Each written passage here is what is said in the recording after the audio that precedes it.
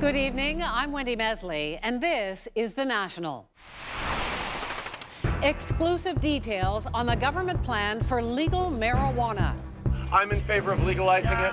Who can grow it, who can buy it, and how soon? Hundreds arrested in protests across Russia as the people denounce corrupt leaders. Netflix adapts a Japanese franchise with no Japanese leads. A Sunday talk on the cries against whitewashing. Plus, the proud career of Hayley Wickenheiser, despite early pushback from some hockey parents. I didn't belong there, and I should be on the ice against her son. We begin tonight with a CBC News exclusive. Details on when and how Ottawa plans to legalize marijuana. In a year that's seen the Liberals taken to task on broken promises, electoral reform, a balanced budget, this would be a promise kept, not to mention a potent tool to help win approval with some Canadians and some provinces too. David Cochrane has our story tonight. It was one of Justin Trudeau's more controversial promises as he campaigned to become Prime Minister, a national plan to legalize pot. The Liberal Party is committed to legalizing and regulating marijuana, controlling it in a way that is going to protect our kids and remove criminal elements from it. And we're going to get started on that right away. Things haven't gone as fast as legal marijuana advocates would have liked, but CBC News has learned they will soon see some action. Legislation will be announced during the week of April 10th. Ottawa will be in charge of making sure the supply is safe and secure and will license producers. The provinces will be free to decide how marijuana is distributed and sold. They will also have the right to set price. And while Ottawa will set the minimum age to buy and use at 18, provinces will have the option of raising it. As for Canadians who want to grow marijuana at home, they will be limited to 4 plants per household. There needs to be Former Toronto Police Chief turned MP Bill Blair has been the Liberal point man on this. He walked the Liberal caucus through the rollout and the details during meetings this weekend. The plan broadly follows the recommendations of a federally appointed task force that delivered its findings in December. Now is the time to move away from a system that for decades has been based on prohibition of cannabis into a regulated legal market. It won't happen right away, but this move sets an end date for an ongoing controversy. Companies and people selling marijuana based on the Prime Minister's promise, then getting arrested because the law still hasn't changed. If everything goes to plan and this legislation gets parliamentary approval, then marijuana will be fully legalized and regulated for sale by Canada's birthday next year. The target date for implementation is July 1st, 2018. David Cochrane, CBC News, Ottawa. As you saw, the government has been careful to frame the legalization of pot as a matter of public safety. But there's another consideration: revenue. The Parliamentary Budget Office said taxing pot is a potentially lucrative money stream. Its report last year estimated more than $600 million from the first year of sales, and that would grow likely to the billions annually. But both the PBO and Task Force Chair Anne McClellan warn initial production costs will hinder revenues in the early years. Donald Trump doesn't like failing. But after the dramatic collapse of his first major piece of legislation to repeal and replace Obamacare, the White House shows no sign of slowing down. Trump has already moved on to the next thing on his agenda, finding someone to blame. And today, as Paul Hunter explains, that's members of his own party.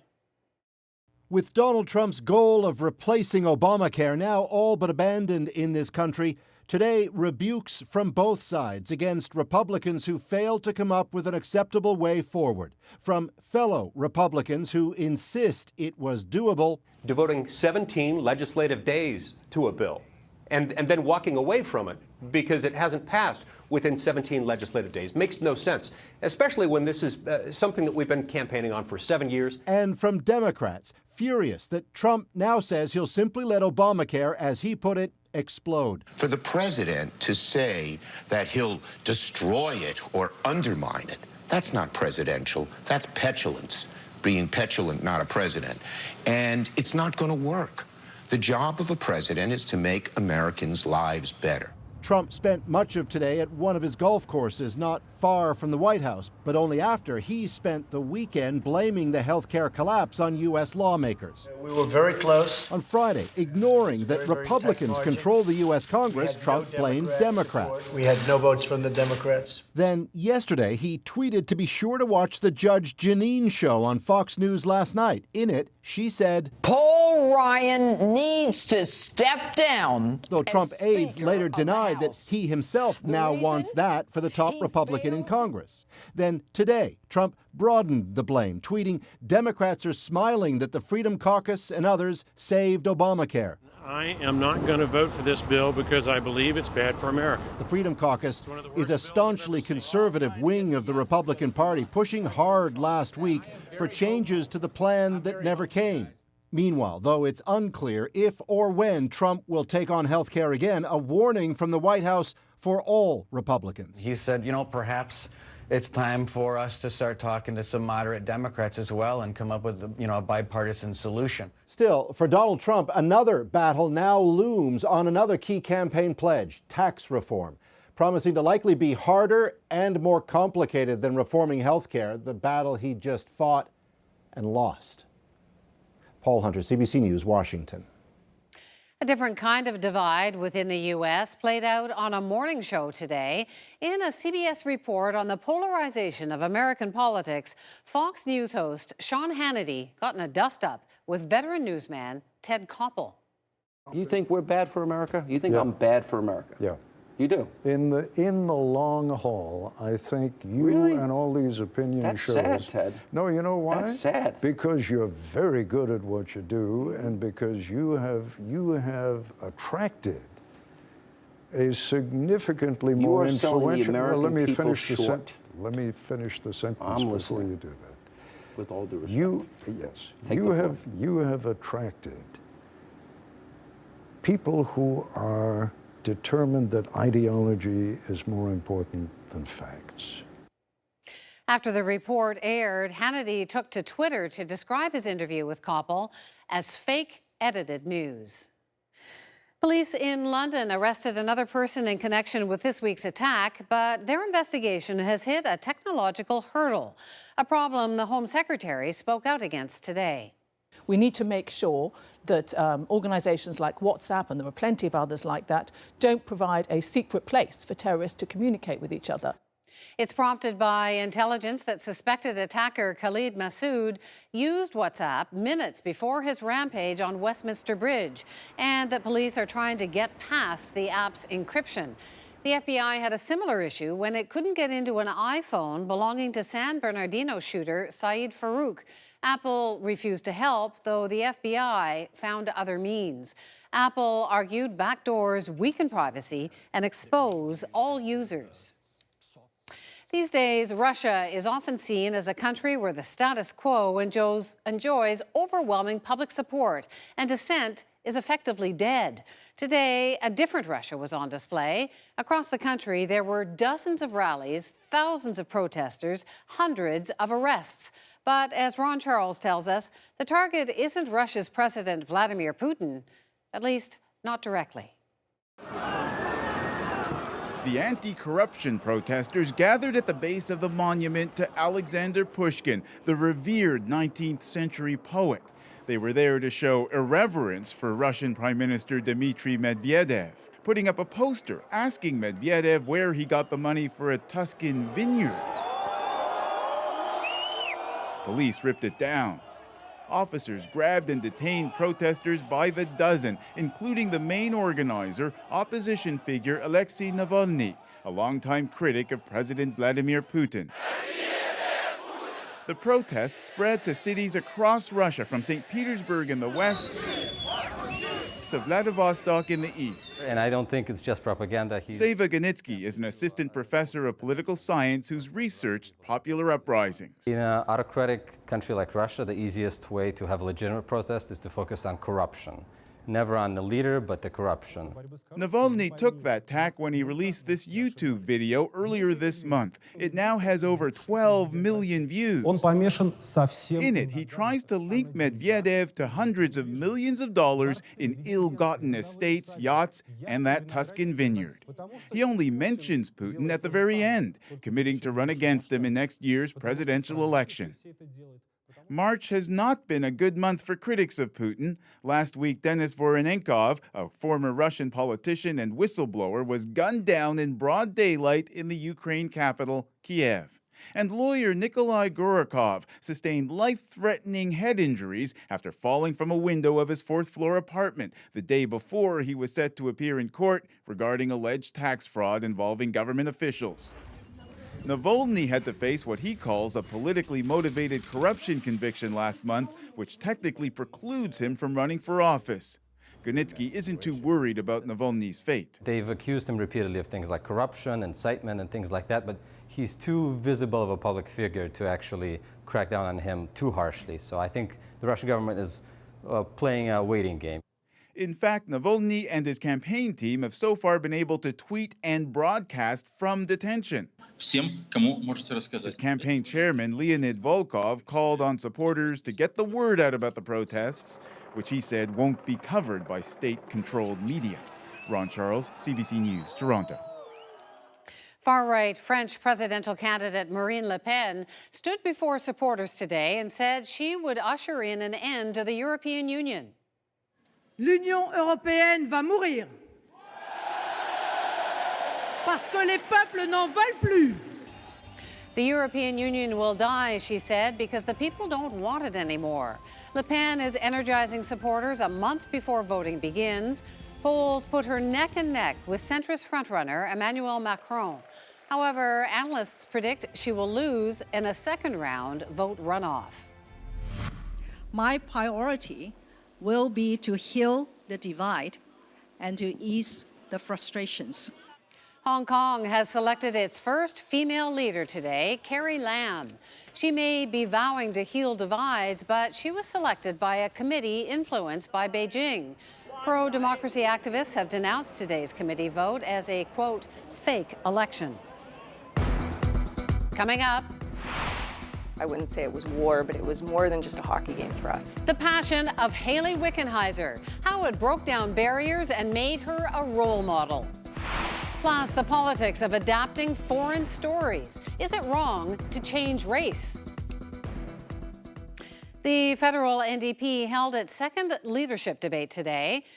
The focus was on youth issues, and there was talk about the importance of full-time jobs, lowering tuition fees, and legalizing marijuana. It was the second of 7 debates leading up to a convention in the fall to replace outgoing leader Tom Mulcair. After 9 years, Canadian women are, once again, the best in the world at curling. It's close. Clean it. Lots of room. A comfy 8-3 win for Team Canada against Russia. And the first gold for 27-year-old skip Rachel Homan. That's her on the right. She helped Canada sweep every game at these Beijing championships. We won some games on last rock, on a couple inches here and there. So it's definitely a hard feat to accomplish going undefeated. But our main goal and our main celebration right now is bringing back a gold for Canada.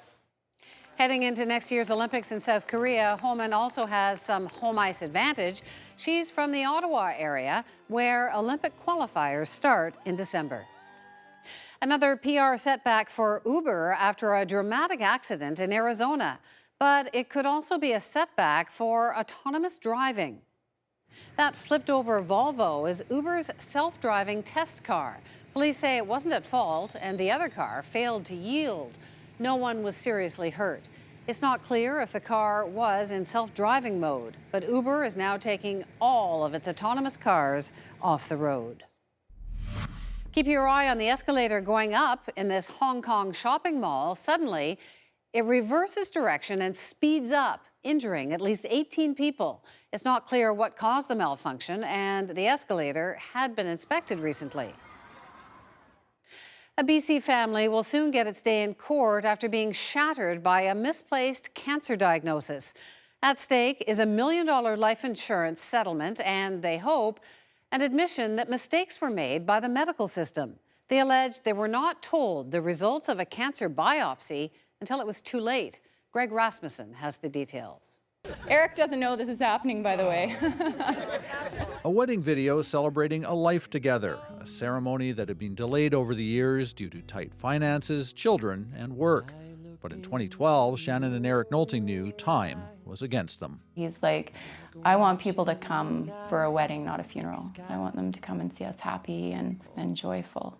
And it was beautiful. Eric, an Air Canada pilot, was fighting stage 4 malignant melanoma. Shannon Nolting says it should have been caught before it turned lethal. They technically killed him. He would be here today if somebody would have told him. And that does make me angry. The family's lawsuit claims that in 2007, Eric had a mole removed at a Vernon walk-in clinic and was told he'd be notified if there was any problem. It's alleged that call never came. 5 years later, another doctor diagnosed cancer and found the misplaced lab report. I couldn't believe it. Shock. Like, I thought it was false. Like, this can't be real. Eric was shocked as well. And then angry. He was angry. He was like, how could this happen? Eric died in 2012, and Shannon was left with 2 small children and keepsakes, such as his pilot's briefcase. And this is his hat. Where she discovered his hat with a family photo tucked inside. Yeah, that's how he wore it. I didn't know it was in there until after he had passed away, and then I went through his bag and I saw it, and I cried for a while over that one. She thought she also had $1 million life insurance policy with the Cooperators. It was taken out when Eric still believed he was healthy. They're refusing to pay, though, on the grounds a cancer diagnosis was in place. But Shannon argues they didn't know about it. It makes me sick.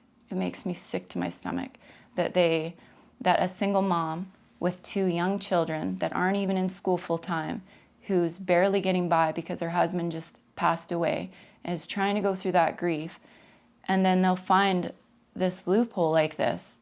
It's another legal battle on top of the lawsuit over the allegedly misplaced diagnosis, which has the doctors, their clinic, and BC's Interior Health Authority denying responsibility. This medical ethicist says mistakes happen too often across the medical system. But if the system itself is broken, that we don't have enough of the checks in place to make sure that the result would be communicated, then again, we can't trust that. For Shannon, it's now about finishing the lawsuit her husband started. He said, I really want you to do this. And I said, okay, I promise you I'm going to do this. These days, she sometimes places her husband's flight bag by the front door, a small memorial to her promise to keep fighting.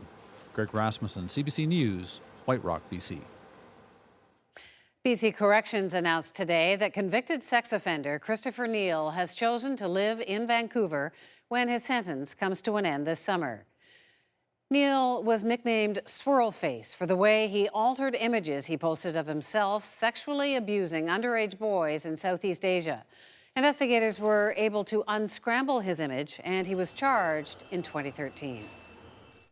Straight ahead on our Sunday Talk, the outrage over a Japanese story that was turned white by Netflix.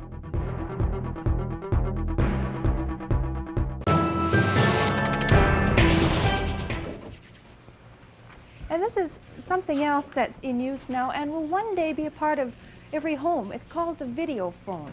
It's very simple to use. Pick up the dial, punch the buttons,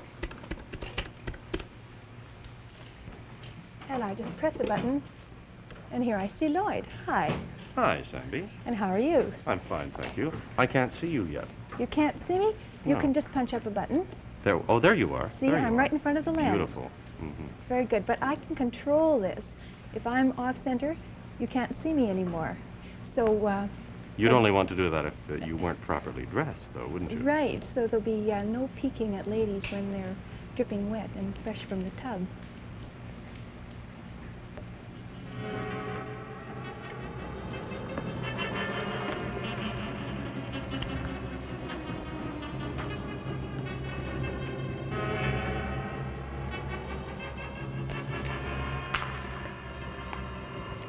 Say, what's going on here?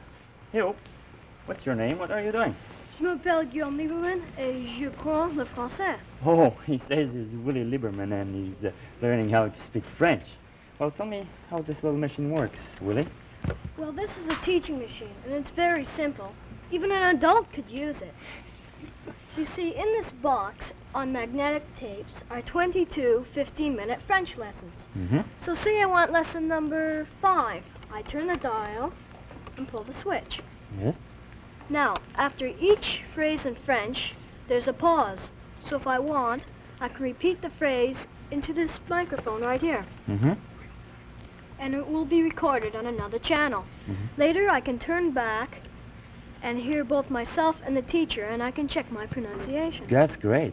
I say, Willie, how would you like to have a nice, juicy hot dog? Oh, oui, Oui, monsieur. bon, très bien. Sandy, can we use your oven? By all means, go Oh, right viens, mon vieux, on va manger quelque chose de bon. Viens. Viens avec moi. Lloyd, Willie's machine is not experimental. It's actually being used in schools today. Well, now here, Sandy, I see a very old and a very beautiful painting. It looks great, but I don't quite see the point. What's this got to do with the future? Well, it is very beautiful, I agree, and it's real. It was painted by Albert Cuyp, and it was painted in the 17th century and now hangs in the art gallery in Toronto. It's worth about $20,000. You see, some things won't change. Ovens and telephones and teaching aids make it newer and more progressive. But this painting represents something which is very dear to us. And that something, in a word, is art.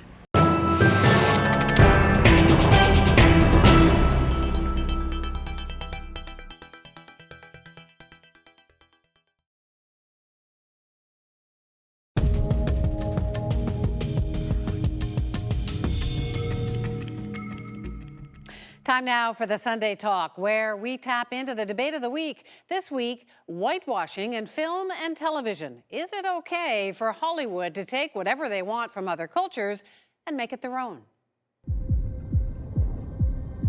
Death Note has the net abuzz. Another dark, oh-so-stylish series has the makings of a hit. The human whose name is written in this note shall die. But the latest Netflix original isn't original. 使い方、このノートに名前を。 You wouldn't be able to tell that Death Note is a wildly popular Japanese manga franchise. On Netflix, everything Japanese has been bleached a Wonder Bread white. Fans of the original call it cultural appropriation. The American film and TV industry calls it enormously profitable. There's the upcoming Scarlett Johansson vehicle, Ghost in the Shell, also a Japanese cultural phenomenon. In fact, pick a blockbuster from any year, and it's a good bet the idea came from another culture. But it goes both ways. Yes, Star Wars borrowed from famed director Akira Kurosawa, but he borrowed from Shakespeare and American Westerns. Japan's Ghost in the Shell owes a debt to America's 1980s cyberpunk classic, Blade Runner, and Bollywood appropriates the West greedily, sometimes remaking classics almost shot for shot. So what's the line between homage and cultural grand larceny? I'm joined by our panelists. Supriya Dwivedi is a radio talk show host in Toronto. Stephen Marsh is an author and culture writer for Esquire. And Elamine Abdelmahmoud is a social media editor for BuzzFeed Canada. So I'm going to start with you on this one, Stephen. What's your take? Insult or a sign of respect? Just the natural order of culture. I mean, all culture for maybe 200 years, since the beginnings of globalization, since the beginning of really empire itself, has been involved in appropriation. And virtually all culture that anyone likes involves something taken or borrowed from another culture. Do you agree, Elamine? Not even a little bit. Okay. I sort of, we knew that this was where this was going to go. Yeah, for sure. No, I don't think that you simply have an unlimited cultural license to take from other cultures and incorporate into your own. I think there's a responsibility the filmmakers have to the origin points of stories, and this ain't it. I'll let you back in a moment, Stephen, but what's your sense of this? Yeah, I mean, I think I fall more on the Elamine spectrum on this. I think there, to a degree, there is a license to borrow certain things. But I think especially when you're talking about Hollywood and you're talking about representation and you're talking about whitewashing of characters, we saw Scarlett Johansson. Another good example of that would be Matt Damon in this Great Wall movie, where they very easily could have casted Asian American actors, and yet they didn't. And when you look at the representation of, people that don't look white in Hollywood, it's often overlooked. And it's one of those things where it's like, it's a very easy fix, and it's almost like they're asking for the backlash by doing this, simply knowing that in casting white actors for these roles, what they should be casting, visible minorities, and not doing it, and then they act surprised about it. It's just like, I really don't understand. Well, that movie was a Chinese co-production that had the greatest Chinese director of the past 30 years at its helm. The idea that, if it was whitewashing, it was done by Asian people. That doesn't mean it's okay. But it's for their profit. Well, I think because the question is one of power, right? There is a difference between, I think we confuse the situation of vulnerable minorities in a white-dominated culture where appropriation is very difficult with exchange with nations. You guys aren't watching Star Wars, I assume, right? Because, Jedi is a Japanese word. So that's appropriation. So when I was 4 years old and growing up in Sudan, yeah. I watched Chuck Norris, and there's a appropriation. But there's a hold on a minute. How dare you? How dare you take from another culture? No, but that's different. He's watching the movie, but now you're saying they're not allowed to watch it. Well, you're saying they shouldn't be able to watch Ghost in the Shell. I'm not saying they shouldn't be allowed to watch it. They didn't make Chuck Norris Sudanese. That's right. well, they have done that in Kenya. But here's the thing. My point, though, is that it's not the same thing. Right? Because American cultural sort of imperialism kind of spans the world over. Whereas that's not true. I think that's absolutely true. Well, Bollywood is the great appropriator of culture. I've studied this. In the 19th century, they took Shakespeare, they turned Hamlet into 3.5 hour long musicals. They literally did a Mrs. Doubtfire, which is like scene-by-scene copy of the movie. But the difference is, Bollywood that takes place in India, there isn't a plethora of white Bollywood actors that you can just pick and choose and say, okay, well, let's do this. And that's also like saying, why isn't there a White History Month? Some things just aren't equivalent. But it's not, because the White History Month would make no sense in Canada or the United States or North America. But in India, it makes perfect sense to take Mrs. Doubtfire and make the characters into Indian characters. That is the nature of appropriation. And the idea that because it's for an Indian audience, and there's no white people. There's something funny about Canadians sitting around worried about the cultural capital of India, Japan. What was our last export? What was our last export? Porky's? That was our last great cinematic export. So is there no line then? What about they had Joseph Fiennes playing Michael Jackson? Is that acceptable? Well, look, I think there's a big difference between using non-Asian characters for Asian American characters in America. That is very different than simply taking stories from foreign cultures, like The Ring, for instance, but it's not which just is stories. a great Japanese folk tale. Hold on, though. It's not just stories. It's also formats, right? Manga is an ancient Japanese format. This particular manga is really popular, and the only reason that this was adapted is because they want to capitalize on how successful that was. And so they're trying to tap into something that sort of became a global phenomenon as a Japanese product and try to make it into a Netflix product that will also sell well. So I think Ichiro plays baseball. The exchange has already happened. Kurosawa took Shakespeare, he took the Western, he took what he wanted out of it and he left the rest. You think that's equivalent? They are equivalent. There's certainly the idea that the Japanese makers are in some position of powerlessness in comparison to America, is absurd. They are huge exporters of culture. Supriya, you've mentioned the word representation as the thing that bothers you here. Yeah. Is part of the problem an assumption that an American audience doesn't really want to see Asian actors? Yeah, absolutely, and I think that's a huge part of the problem, and you see that all the time when you talk about predominantly black movies, right? Where they'll assume, Hollywood or otherwise, or the public writ large, that people aren't going to want to go see a movie like Hidden Figures or Fences because the actors and the characters are all black, and then this year's Oscars, I think, proved otherwise, as did the box office with Hidden Figures. Yeah. So, and I think Stephen, what you're trying to say, there's a difference between whitewashing and cultural appropriation or appropriating from a storyline. I don't necessarily disagree, but I think often they go intermingled, and they tend to coexist more often than not. And if you can Kal Penn a while back, who's a very famous American actor of Indian origin, tweeted out a bunch of scripts in his early days about what he was getting, and it was terrorist, convenience store owner, snake charmer, cab driver, all the most stereotypical crap that you could think of that you would want to cast an Indian guy in.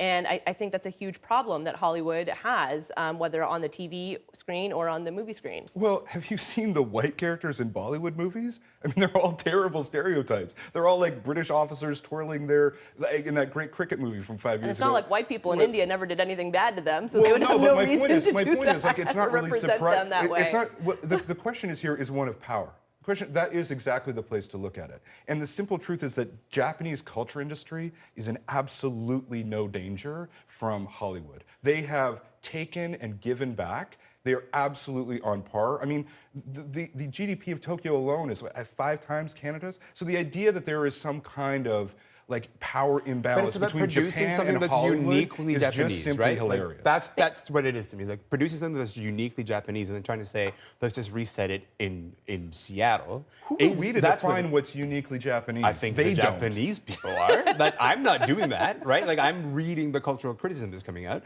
and I'm respecting what these people are saying when they're saying like this is a story that's set in Japan. It's for very important reasons that it's set in Japan.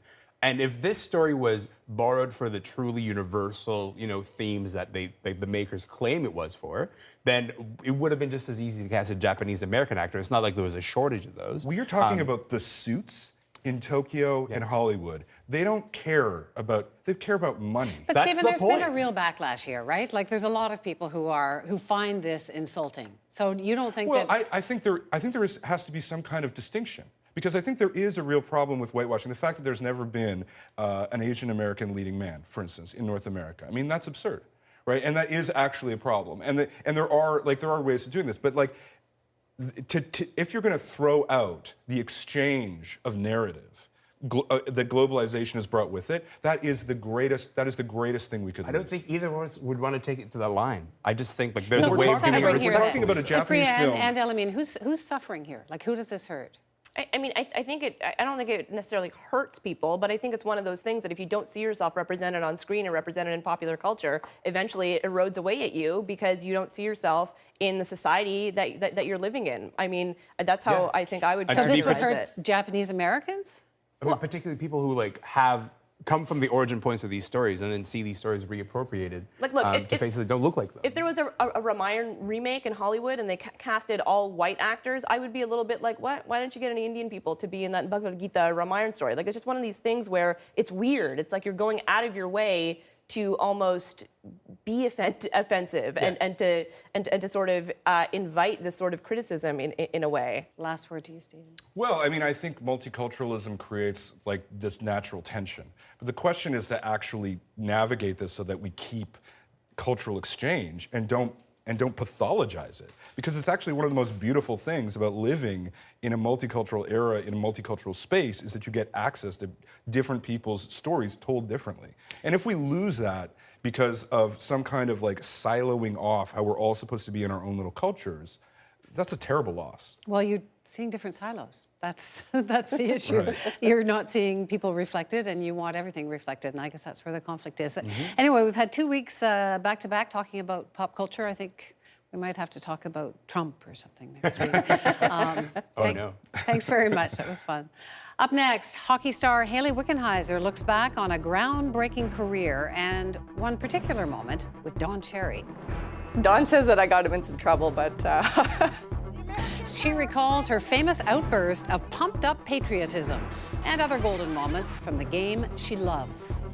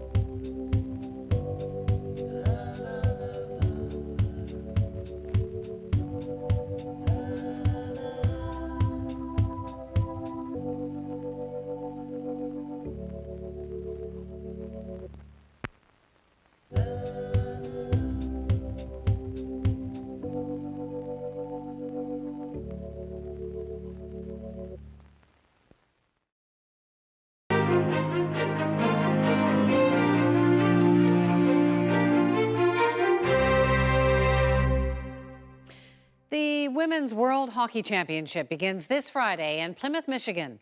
And when the puck drops, Team Canada will be without a familiar face.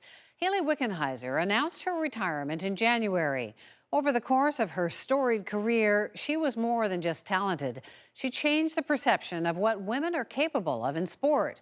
So as she settles into her new life off the ice, we thought this was the perfect time to sit down for a chat. In the slot, shot, rebound, Wickenheiser scores! Now here's Wickenheiser with the charge. Wickenheiser, he scores! Hayley Wickenheiser began skating at age 3 and playing hockey by the age of 5. They just treat me like one of the guys. By 15, she was named to Canada's national team. She's won gold at 7 World Championships and 4 Olympic Games. She's a 2-time MVP of the Olympic tournament and became the first woman to score a goal playing on a men's pro team in Finland. First points for Hayley in the first game. Those are the stats, but just as monumental, she has inspired thousands of girls. Consider this. When she was a 15-year-old rookie, there were 16,000 registered female hockey players in Canada. Today, there are 87,000. So it's no surprise, upon retirement, Wickenheiser was honored by the Great One. You're the female Gordie Howe. Congratulations. And even singled out by the Prime Minister, who tweeted, "You've inspired a generation of hockey players to play hard and dream big. Congrats on an incredible career." I sat down with Hayley Wickenheiser recently in Toronto. Hayley, so nice to meet you. Yeah, you too, Wendy. Thank you. So are you getting used to the idea of being retired? I like to call it graduated. I graduated to another phase of life, I guess, but it definitely is a different life. Why did you decide to quit? Because I think I read a while ago that, I'm going to do another Olympics. I'll do another. You're going to keep going for a while? Yeah, I'd wanted to do another Olympics, get to 2018, but there were just so many factors that collided at the same time, and probably the biggest one was the opportunity to go to medical school, which I've always wanted to do since I was a kid, and so I just felt that combined with other opportunities I have around the game and in business, it was just the right time to walk away if there ever is a right time. It was a tough decision, but hopefully it'll be the right one. So you started at 3?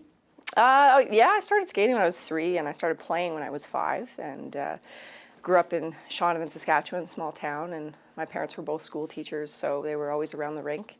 And I asked my dad, watching him play old-timers hockey, he wasn't a great hockey player, but he played, and could he build a rink in our backyard? And that's where myself, my younger brother and sister, and all the neighborhood kids learned how to skate, was on that outdoor rink. And I was just another body to fill a team at that time, so they were happy to have me. Not a lot of girls back then. No, there wasn't. There was just myself and my best friend Danielle were playing in our little town, and then she kind of got bored and wasn't really into hockey and quit, and I carried on. And so I think for a number of years I was the only girl in Southwest Saskatchewan playing, and I thought I was the only girl in the world because I didn't know other girls played hockey until I was about 10, and I watched the first Women's World Championships in 1990 with the pink jerseys. Sanahara with Susie Yo into the backhand, a shot, big save, rebound, scores!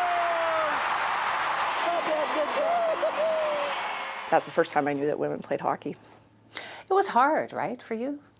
Yeah, it was, when I think back, there were a lot of brutal times. Like, when I think for young girls that are playing on boys' teams now, it's definitely a little bit easier, but it's always a bit of an isolating environment. You have to change in your own room. So in small rinks in the middle of Saskatchewan, there was the boiler room or the back seat of the car or the referee's room or the bathroom, wherever I could find a spot. And so a lot of moments where parents on the other team would definitely say things or come after me, whether it was after the game. I had a mom once in a little town walk in. I had a makeshift dressing room in the middle of the lobby, and she actually walked right into the dressing room in between periods and told me that I didn't belong there and I should be on the ice against her son. And I think I was about 10 years old at the time, and I remember looking at her and just not knowing what to say, but going back out of the ice and just thinking to myself, I'll show you, I'll prove you wrong. And you kind of did. Yeah, a little bit, I guess.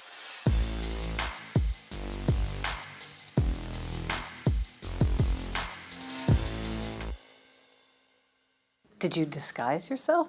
No. Try and pretend you were a boy? When I was younger, I think I looked like a little boy. I had short hair, and so, and you're a little kid, you just blend right in a way. But, when you're 15, 16 years old, I had long hair, and so I would tuck my hair in a ponytail up under my helmet so that my ponytail wasn't showing and that they hopefully wouldn't figure it out. But when you get to that age, it starts to be a size discrepancy. It doesn't take long to figure out who the girl is, I think, on the ice. But I hope that just my ability would, make up for anything else that was said. So if it was kind of lonely, why did you keep at it? Yeah, it's a good question. I think I love the game. I honestly didn't like anything else that went into it to prepare for the game and be the only girl on boys' teams. But I love to play and challenge myself at the highest level I could. I think it's why I went on to play pro men's hockey in Europe. Was I felt unsafe until I got on the ice, and then I actually felt the safest that I could feel as a kid. And then as an adult playing pro hockey, I felt that, you're a player's a player, and if you can play, you can play. That was quite something, playing full contact Yeah. with men. Yeah. You must have been a little afraid.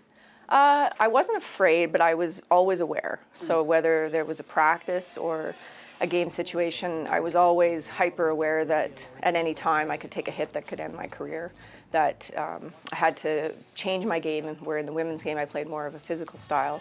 In the men's game I had to find the soft spots on the ice and always face the play, never turn my back because you never knew what was coming.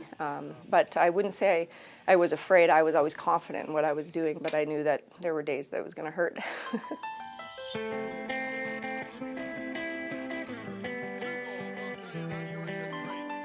Yeah, Don says that I got him in some trouble, but I look back now and I can't even watch it. I just laugh at myself.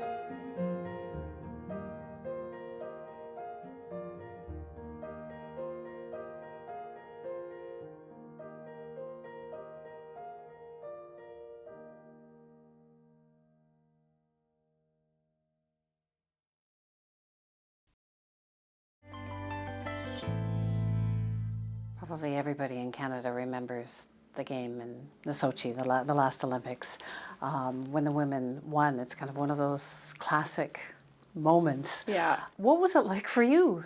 Well, it was probably the best comeback win in Olympic history, male or female. I mean, you go into a gold medal final, you're down 2-0 to your greatest rival ever, and you come back with 10 minutes to go and then win in overtime in the fashion that we did was a little bit of an out-of-body experience. I think we had a lot of puck luck in that game where that puck hits the post and goes wide. If that goes in the net, the game's over. It hits the goalpost! And then we get, you know, a 5-on-4 and a 6-on-5 face-off to score the tying goal. And so just everything kind of worked out the way it could. Fortino, rolling puck down low, shot, scores! It's Poulet again! Canada wins gold in overtime! But I remember when the puck crossed the line, I looked up into the crowd, and the first thought that I had was, thank God this is over, because it had been a really long journey to get to that point. And you're more just relieved than anything in those moments to finally win and just get the job done.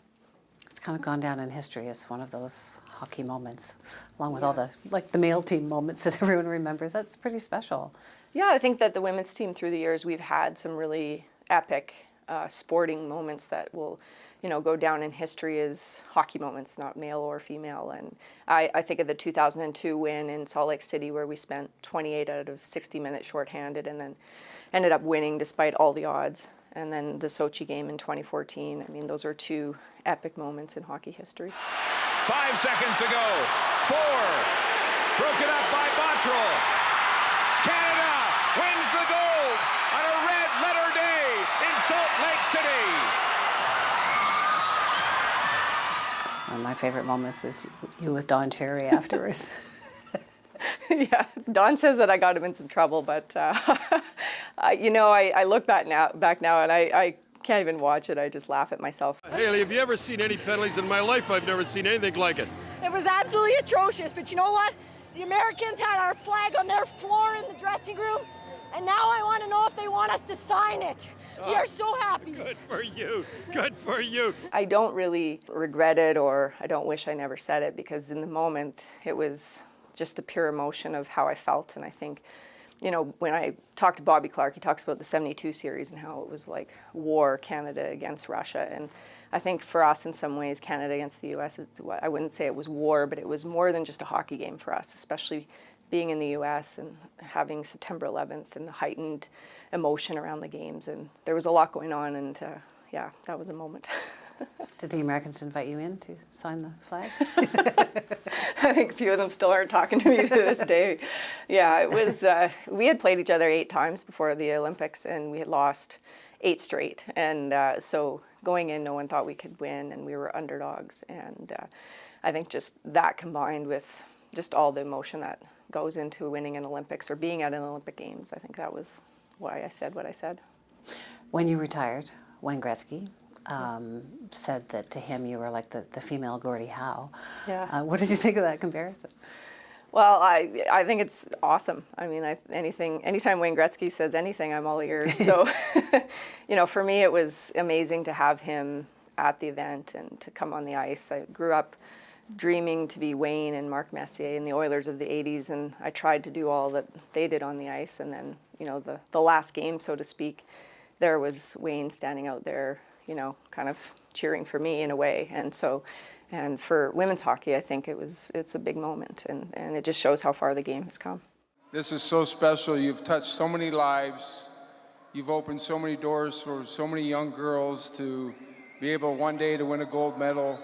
And to me, that's more important than anything. Congratulations to you.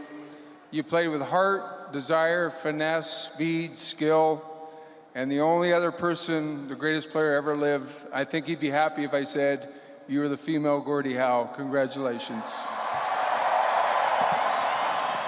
Gordie Howe, when he retired, a year later, his number was retired. Yeah. Do you think we'll see a woman's number, 22, retired someday? I have no idea. I think the biggest thing for me is the legacy of growing the game still and encouraging young girls to keep playing the game.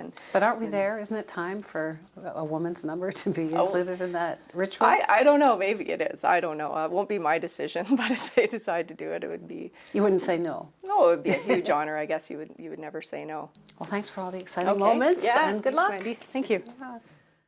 She's quite something. If you enjoyed our interview with Hayley Wickenheiser, we've got a lot of great conversations and more on our YouTube channel. Just go to youtube.com/CBC The National. You can subscribe and let us know what you think. Now stay tuned for our look back and some other girls who fought to stay in the game. I'm just as good as they are, and better maybe than some of them. Why can't I play as much as they can? That's next on The National.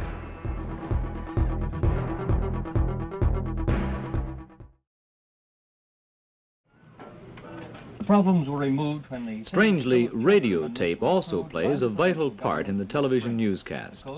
A reporter working on a story may not always be able to gather together all his facts in time to film a report. To overcome this, he will direct the shooting of silent film to illustrate the story and will later record his own voice track on ordinary broadcast tape. Is the subject of a motion by Councillor John Parker. Cal, this bit with Borgo about the differing reaction between French Canadians and English Canadians. The radio and television newsrooms work closely on many stories. Sound from a film is often re-recorded for radio broadcast use, and conversely, radio tapes frequently are used to provide commentary for a particular piece of film. I think personally that General de Gaulle has a good foreign policy most of the time, as most Frenchmen agree on. As you get the completely contrasting action from the French Canadians on one side and English Canadians on the other. All right, well, we'll get that put on the desk and we can run that. One like that in Perhaps over some man in the street in the roundabout City Hall when de Gaulle is here. That might be in Europe. Fine, thanks, Alan. Out in the city, cameramen and reporters are following a fast-breaking news story.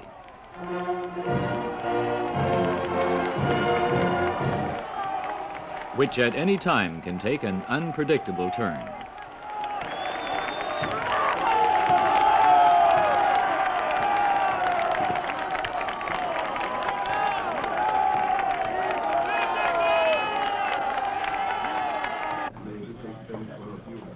Two hours to go, and a motorcycle messenger arrives unexpectedly with some late film.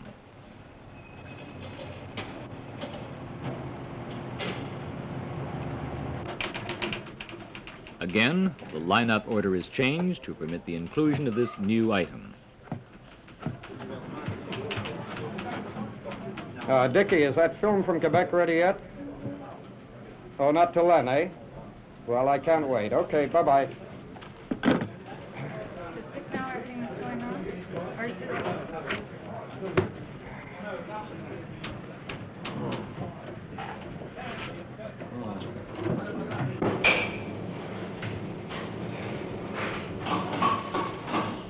The final splice is made in the film. It is cleaned and wound onto the reel.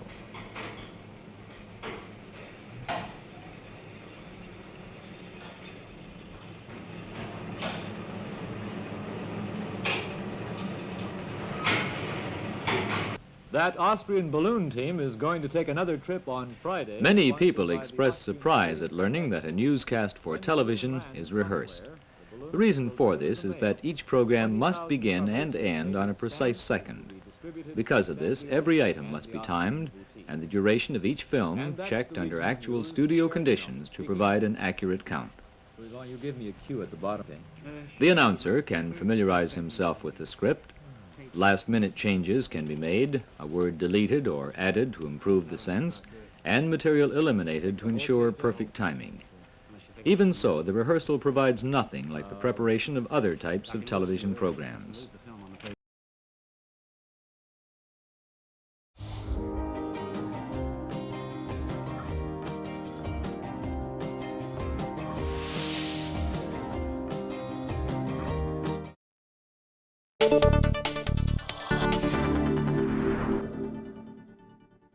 We want to touch on something Hayley Wickenheiser mentioned during our conversation.